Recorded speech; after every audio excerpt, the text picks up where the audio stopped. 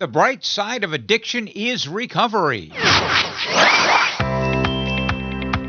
If you're in recovery or know someone or love someone who is, or simply want to know more about the recovery process, or maybe you just want to know a little bit more about addiction, well, this is the podcast for you. You can find all of our podcasts, by the way, at recoverycoasttocoast.org. And a quick reminder again, September's coming up, National Recovery Month. You can find out what events are happening in your community by going to nationalrecoverymonth.org. They do this every single year, and this year's theme is Recovery is for everyone, every person, every family, every community. Recovery, it is living proof. In this edition of Recovery Coast to Coast, we're going to go into the audio archives for an interesting interview that I did with actor John Larroquette. And we'll close out the podcast with some reflections on the ism of alcoholism by one of America's true treasures, Dick Van Dyke, who celebrates his recovery out loud. Recovery is as recovery does. I'm Neil Scott, host of Recovery Coast to Coast. Our website is recoverycoasttocoast.org.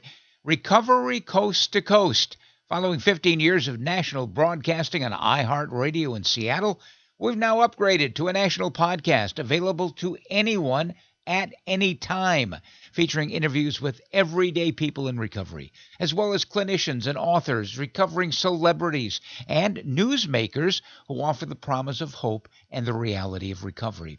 Plus, well-vetted resources for individuals, families, and friends. We invite you to enjoy it and to share it with your friends as well. Recovery is an American way of life. And a reminder that our email address, if you want to be in touch, we'd love to hear from you, recoverycoasttocoast@comcast.net. Our program is supported by Sundown M Ranch in central Washington, deliciously located in the setting at the mouth of the beautiful Yakima River Canyon. They're a not-for-profit organization situated on over 30 expansive acres which they own. And they take a great deal of pride in being the very first residential treatment program in the state of Washington. It was established way back in March of 1968. Their successful history is their ongoing legacy. They have successfully treated close to 200,000 adults, adolescents, and their families. Their well-trained staff will work with individuals and family members, guiding them through this difficult time of life with compassion, integrity, and complete confidentiality. Now, as far as the cost goes, their rates are among the lowest in the country, and they are in-network with most major insurance companies. An admission specialist can quickly obtain a quote for the patient and help navigate the insurance approval process. They also partner with a well-respected healthcare lending organization called Prosper. Their objective is to allow the patient to focus on the healing, while their staff, their dedicated staff, works with the insurance details. Sundown is licensed by the state of Washington, accredited by the Commission on Accreditation of Rehabilitation Facilities. They're certified by the Division of Behavioral Health and Recovery, and they are founding members of NAATP. That's the National Association of Addiction Treatment Providers, observing high standards and a tremendously strong program of ethics. Give them a look-see at sundown.org. It's where recovery begins. All right, let's go back in time a number of years. I was in New York City to be part of the 11th Annual Spring Luncheon for the National Council on Alcoholism and Drug Addiction.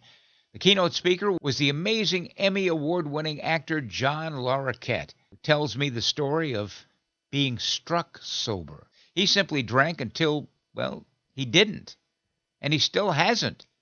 Just prior to the NCADD luncheon, John sat down with me to talk about his unique path to recovery.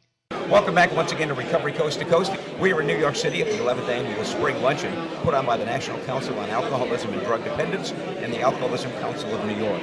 Our next guest tonight certainly has had multiple personalities. You may know him as John Hemingway, Bob Anderson, Joey Herrick, Lionel Tribby, Chief Carver, or Assistant DA Dan Fielding. Then again, you may know him as a theatrical star, making his Broadway debut in How to Succeed in Business Without Really Trying. He's a grateful recovering alcoholic with 29 years of continuous recovery. Say hello to John Larroquette. John, welcome to the program. Thank you very much. Good to be here. Tell us a little bit about what happened to you in recovery and how your life has changed in the 29 years. Well, it's sort of that demarcation between insanity and sanity. As a young man, I was a heavy drinker and alcoholic and drug addict. I don't make any bones about that. And something happened, and that mentality shifted one night, and it became important to me to try and live by certain ethics and precepts that I had always held dear, but really didn't either have the convenience to follow them or the will to follow them.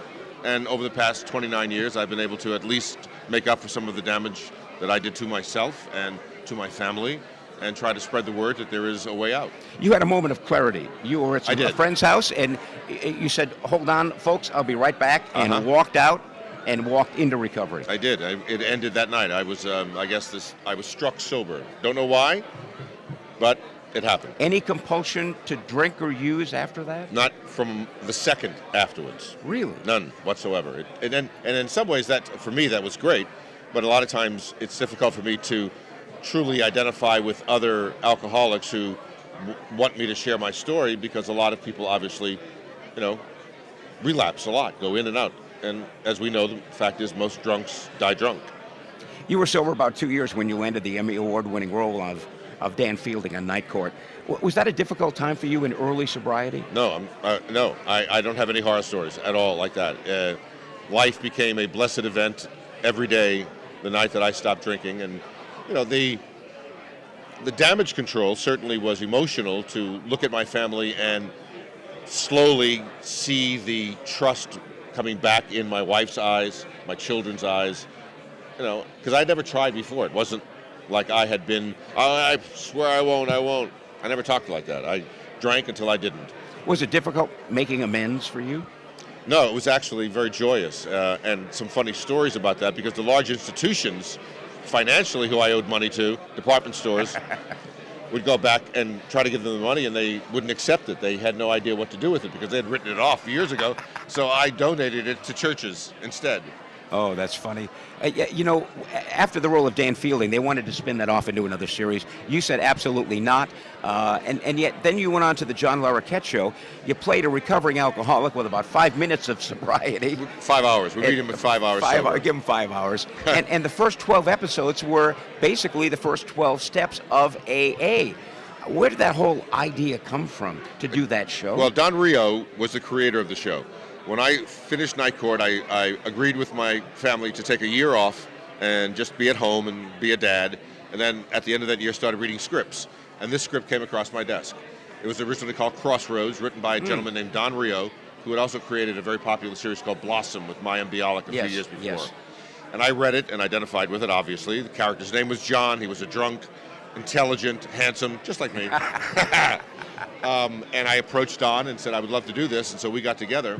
And it was our idea to base the first 12 episodes on the 12 steps, being that to look at the principle of the step and how do you write a story about that. In hindsight, it'd have been better had we done that over like 2 seasons. I have a feeling we shoved a little too much down the audience's throat too quickly, and a lot of people didn't accept it. But we were on the air for almost 4 years, so we were successful in that regard. How has your recovery progressed over the 29 years? Addiction certainly is progressive in a negative sense. Recovery should be progressive in a positive sense. What's different for you today, 29 years later? I live like an earthling. I never lived like an earthling before. I live like this alien, like brother from another planet. And, just the vagaries of life impact me like everybody else. The emotional highs and lows of raising children and looking at the world. I'm, sort of a normal human being, which to me is an exceptional feat. What is it like being in a Broadway play? This is your first time on Broadway. It is, yes, and that was merely due to time. I was always on a series and didn't have the opportunity to donate a year to New York. But, most of my career has been in front of an audience. Every Friday night, for 9 years on Night Court, there were 300 people in the house watching the show. So it's not foreign to me to be in front of a bunch of strangers trying to entertain them. What is the role of humor in recovery? I think it's essential because there's so much drama and tragedy in using that if we can't laugh at it, I don't really see the point in doing it. We always say on the radio show the bright side of addiction is recovery, and it's something that people don't usually think of when they think of an alcoholic. Right. They think of the still sick and using alcoholic, as opposed to the person in recovery. No, there's a great amount of joy and laughter and happiness to be had if you can embrace it. Who has been the most influential person to you in your recovery? Boy. Chuck C. probably, Sure. one of them. I met him early on, read his book, A New Pair of Glasses. And my, people that I came across, certainly people like Bill Wilson, even Carl Jung, I found very influential in my studies about the addiction. You were raised obviously a strict Catholic, and of course when you find 4 Catholics, you always find a 5th. What about the role of spirituality in your recovery? Well, I've always been spiritual. I mean, really, and this is not euphemistic. Until I was 16, I really wanted to be a priest. I thought I was going to be a priest. And spirituality and religion to me are 2 separate issues, and I feel like I'm very spiritual, but not extremely religious. John Larroquette taking a few minutes to join us on Recovery Coast to Coast. We are at the 11th Annual Spring Luncheon for the National Council on Alcoholism and Drug Dependence and the Alcoholism Council of New York. John, I thank you, and I wish you well. You're very welcome. I'm Neil Scott, the program Recovery Coast to Coast. Special thanks to Emmy Award-winning actor John Larroquette. So from John Larroquette, we take you down to San Diego for this year's leadership conference of NAATP, the National Association of Addiction Treatment Providers. We caught up with Tessa Voss. She's the administrator of the iconic Betty Ford Treatment Center. She shares some really good insights about treatment today and hopefully treatment tomorrow. Here's my conversation with Tessa Voss. Welcome back once again, Recovery Coast to Coast, down here at the NAATP conference. It's in San Diego this time. Last time it was in Denver, and next time it's going to be in D.C. They move it around the country. The National Association of Addiction Treatment Providers. And, I am often asked, how do you find a good treatment center? People who want to go into treatment and are looking for a treatment center shop for treatment. If you have cancer, you don't shop for cancer. You find the best place to go, and that's it. But how much does it cost? What's your success rate? And the marketing, and you're flooded with, hey, you don't know what to do. Well, one of the things you should do is decide on a program that's been around for a long time, like, I don't know, Betty Ford Center, 40 years. I think that might qualify, certainly. But the second thing that I tell people to make sure the treatment program you're considering is a member of NAATP for a whole slew of reasons, not the least of which is their program of ethics. There's a lot of bad actors around, and people who have addiction in their family and are seeking help are very vulnerable, and a lot of people prey on them. The good programs have survived. They're out there. 40 years, Betty Ford Treatment Center. I can remember when it first started, and just to hear that it's been 40 years makes me feel old. But joining me in the segment is Tessa Voss, and she is the Vice President of the California region, the administrator at what I like to call the mothership, the Betty Ford Treatment Center. What a thrill for you to be in that position, Tessa. It is truly a pleasure, and I just feel so honored to serve the Betty Ford Center and the teams across California. Tell me how you wound up there. Sure. Well, I've been in the field for about 12 years. Mm-hmm. I grew up in Minnesota. I don't know if you can hear it in my accent. Minnesota. Minnesota. And I went to the Hazelden... Land of 1,000 treatment programs, That's as I true. heard. Yeah. That's right. And so I went to the Hazelden Betty Ford Graduate School to obtain my master's in addiction and mental health counseling. Right. And then I started working as a counselor at our Center City location. Mm-hmm. And I did that for... The other flagship. The other mothership. Yeah. And I worked there primarily helping healthcare professionals who were in treatment, so doctors, nurses, psychologists who were getting help themselves. Right. And then... Healing the healers. Right, exactly. And so that was the first half of my career. The second half, I moved to Oregon and then to California in different leadership positions. Hazelden in Oregon. In Newberg, Oregon. Yes, we have a residential and day treatment site there and a great team. We also have a couple outpatients in the Pacific Northwest. And then 2.5 years ago, right before the pandemic, made the drive south to California, and I've been here ever since. Wow, and obviously you love it. I love it. It's amazing. The team's incredible, and we do such meaningful work, and so I just feel really lucky. One of my favorite all-time people in the field just retired for Betty Ford, Jerry Moe. It's a wonderful man. Oh, he did things with kids that were nothing short of miraculous. That's so true. Yeah, and I understand now that you folks are doing that virtually with the kids program. Yes, everything. So with the change in the pandemic, all of our services quickly turned into virtual, including our virtual family program and virtual children's services. We have started bringing back children's program to in-person and hope to continue to bring each service back and have really, the goal is to have a menu of services, both in-person and virtual. The good thing about the kids program being virtual is that we can reach kids in Massachusetts and in Washington and Idaho and all over. People can join from their homes, and so it really expanded access. Well, and when you say the name Betty Ford, when you say the name Hazelton, those two names put together, they exemplify good, solid quality treatment. It embodies the good quality treatment. Betty Ford, it's interesting. I don't think any person has impacted the field more than Betty Ford. And it kind of was a double-edged sword for a while, because people would say, well, I can't afford to go to Betty Ford. I'm not a celebrity. And it was almost painted by the media as being that's where celebrities go, and not, your garden variety alcoholic or addict. Right. So talk about the non-celebrity status of Betty Ford as just a damn good treatment center. Right, and accessible to people. I hear people in the community here in California, Southern California, say that. When I say I work at Betty Ford Center, they say, oh, that's the celebrity treatment. And really, it's not. I let them know that that's a myth, and we are in network with major insurance companies, and 95% or higher of our patients come in using their insurance. And so, we want people to know that we are accessible and we're here to help them and their families. What has changed over the last, say, 3 or 4 years? A lot has changed. 3 years ago, we were doing a pilot at our San Diego site for virtual care. We were treating about 10 patients on a virtual platform, trying it out. Before the pandemic? Right before the pandemic. And we thought this was the next thing, and then it gave us a great opportunity when the pandemic happened. We had a platform and we had some procedures in place to flip hundreds of our patients across the organization to a virtual service delivery, and it's been remarkable. How many patients, any idea how many patients Hazelton Betty Ford has treated over the years?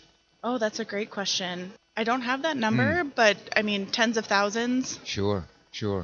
Tell me about the family program.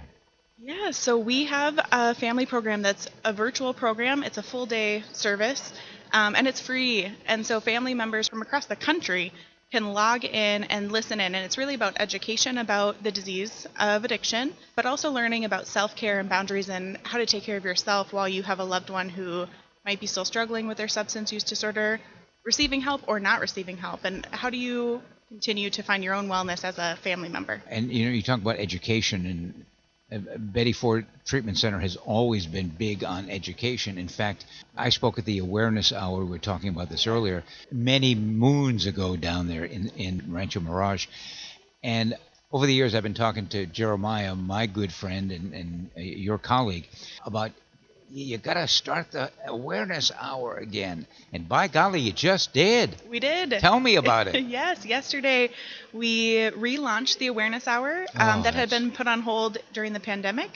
And with that, we had Carrie Bates, who's a 3-time Olympic gold medalist swimmer. Mm-hmm. And we had Grant Fuhr, who's a 5-time Stanley Cup hockey goalie and Hall of Famer. Nice. Share their stories of hope and healing on the stage. And we broadcasted it virtually across the United States, across all of our sites for patients, and they're in the room in Rancho Mirage. Oh, my goodness. It was remarkable. Now, is that archived? Is that available for people to look at? It is available. We have a website, hazeltonbettyford.org/awareness hour, where it should be. I think it's already uploaded today from our session yesterday. Outstanding. And I hear that the next one may be all Spanish. Yes, we are really excited. A lot of people in the Spanish-speaking community might not have had access to the resources that they deserve. And so we want to provide a program for education about the illness, and hope and healing, stories of hope and healing and recovery in Spanish for that community here in Southern California and across the United States. You're the administrator at the mothership at the Betty Ford Center. Tessa, what do you see as the biggest challenge facing the field in the next 2 years? That's a great question. I think we are, at least one of the things that we're looking at is really how to reach people in their homes and get services to people. The environment of treatment has changed. People might not want to, here in San Diego, sit in traffic on their way to an IOP group after work. Yeah. People might want to do that from home. And so how do we make quality treatment services of all levels of care accessible to people across California and again, the United States? What have you learned so far from the virtual platform? We have learned a lot. I think with every other treatment center that's been working virtually too, that crisis response looks different when someone's not sitting in the room with you. And how do we make sure we have safety measures in place to help people if they're struggling? And also that virtual care really works. Counselors who had always been in person for years and decades working in person weren't convinced when we had to flip over in the pandemic, and many of them have now said, we provide really great care in a virtual platform. People find recovery, people connect to each other, and remarkable care happens in the virtual world. Talk about the recovery community down there in the desert. Yeah, we have a strong recovery community, and both alumni and engaged partners just in the community, and we want to build that this year also.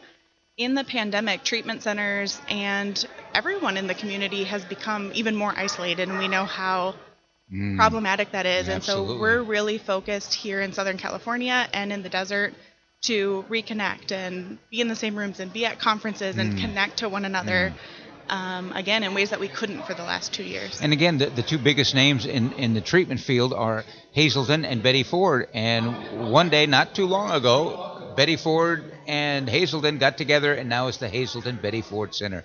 It combines the resources, and the synergy is like 1 + 1 = 5. Exactly, yes, and we're so much better together. Oh, my goodness.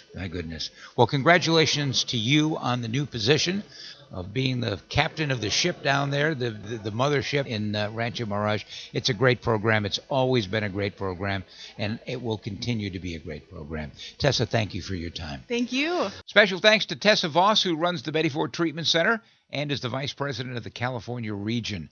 By the way, I want to remind listeners of this podcast that if you would like to tell your story of recovery, regardless of the path that you've chosen, as long as you've been in continuous recovery for a year or more, drop us a note at recoverycoasttocoast@comcast.net.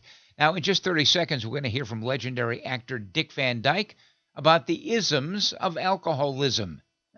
Stay with us. She has always been your baby, but when your daughter got into drugs and alcohol, she turned into a stranger. What do you do? Where do you turn? Contact Sundown M Ranch. Sundown's nationally recognized youth treatment program guides young people back to a life free of drugs and alcohol. All treatment is gender-specific and directed by caring certified professionals in a safe environment. You can get your daughter back and get to know her again. Go to www.sundown.org to learn more. And now a thought for the day from an iconic actor who is in long-term recovery, award-winning actor Dick Van Dyke, reflecting on fear and letting go. Men who try to do something and fail are infinitely better off than those who try to do nothing and succeed. Lloyd James. We all know that risk-taking is necessary to progress. It's hard to disagree with the idea, nothing ventured, nothing gained. However, it's a lot easier to accept an idea philosophically than to overcome the obstacles that prevent us from trying to do what we want to do. For a great many people, the most formidable of these obstacles is fear, which in these matters takes various forms. There is ego-generated fear, which tells us that we'd better not take the risk because we might fail, and then we'd look bad. There's the fear of change and disruption in our lives, which tells us we'll be better off if we don't rock the boat. And there is self-centered fear, which causes us to worry that we'll lose what we already have, even if we don't particularly want it. For some, just being able to acknowledge their fear can propel them into action. But many of us have learned that we can approach our new ventures with considerably more self-assurance and strength when we take the further step of relying on God. In these matters, as well as all others, we are at our best and able to succeed most fully when we seek His infinite wisdom and power. Thought for the day: when we don't try something for fear of looking bad, we already look bad to ourselves. Faith makes the discords of the present the harmonies of the future. Robert Collier. By letting go and letting God, we become free of the burden of trying to accomplish everything ourselves. Rather than relying solely on our own abilities, we take a spiritual approach to our problems and other aspects of our lives. What are some of the things we actually let go? We let go of feelings that cause us pain, frustration, anger, anxiety, and stress, among many others. We let go of preconceived ideas and thoughts that tell us we can't receive or accomplish something because we're undeserving or incapable. We let go of old ideas that might prevent us from gaining new awarenesses. We let go of any temptation to resist the changes that are vital to our continuing growth. When we let God, positive changes occur. We're relieved of our troubling and painful feelings.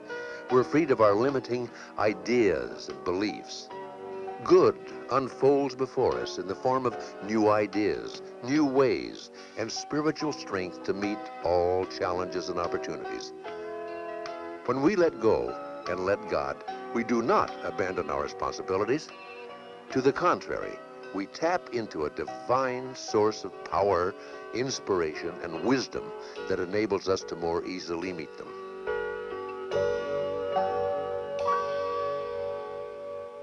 Thought for the day: it's not necessary to rely solely on our own limited resources.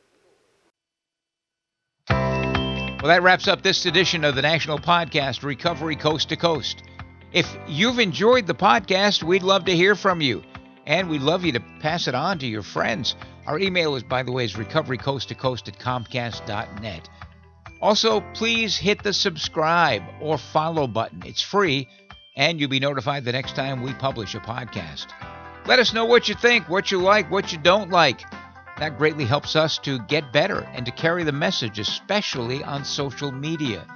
And another reminder, September's coming up, National Recovery Month. You can find out what events are happening in your community by going to nationalrecoverymonth.org. They do this every September. And this year's theme is Recovery is for Everyone, every person, every family, every community. And remember, if you know someone who's experiencing problems with alcohol or any other drug, here's a 24-hour national helpline that offers free information and confidential treatment referrals. And they have Spanish-speaking individuals available as well. 1-800-622-HELP. And be sure and join us next time for America's Voice for Recovery, Recovery Coast to Coast. And another shout out to our sponsoring organization, Sundown M Ranch, sundown.org. I'm Neil Scott, reminding you to stay healthy, to live in gratitude, and be kind to one another. Remember, the bright side of addiction is recovery. Pass it on.